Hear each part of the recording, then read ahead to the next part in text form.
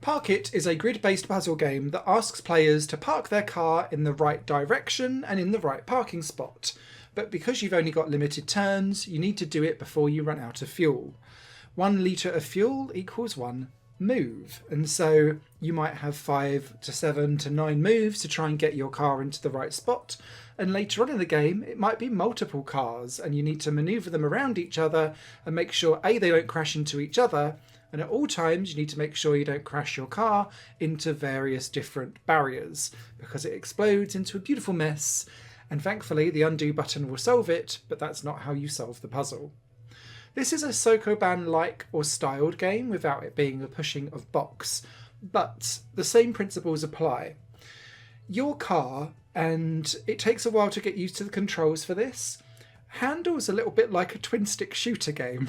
This might seem like a really odd comparison, but you move backwards and forth using the left analog stick on your controller, and then you turn your wheels left and right using the right analog stick. And so you'll push your car to the left with the wheels with the right stick, then move forward or backwards, and it will maneuver around. And where you can save time with your moves is to move diagonally, because otherwise if you're just going forward or backwards, that's 1 move for 1 space. But if you're moving back to the right and doing like a reverse around the corner turn, you're moving 2 squares in 1 move, and that's quite often how you need to kind of game the system to get things sorted. You'll start off with just manoeuvring around complex layouts of car parks so that you can then get into the right place. But then soon you'll have oil slicks, and oil slicks will skid you on an extra square, so then you might miss where you're going, or you might strategically need it to skid into the right place. Then you'll have turnstiles that will pick you up and turn your car around 90 degrees, and so you'll need that to kind of manoeuvre around in the right direction or stop landing on it to then put you in the wrong direction. Then there'll be tyre barrels, and these are things that you can bounce off of.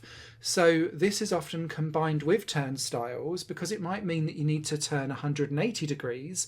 So you'll need to land on the right thing, turn 90 degrees, move forward or backwards into the tyre barrier, which will rebound you back to where you were, and then you can move again.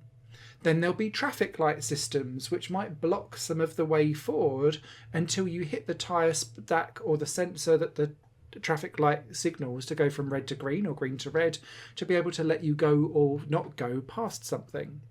And then later on in the game, there's the final stage which takes place in space, and there's warp holes which allow you to warp around from A to B in that wormhole, but then it combines everything that you've seen before to maybe bump out somewhere else or land from one wormhole to another and turn around and then kind of maneuver back into the wormhole out in a different direction so that you can then meet your end goal in the moves.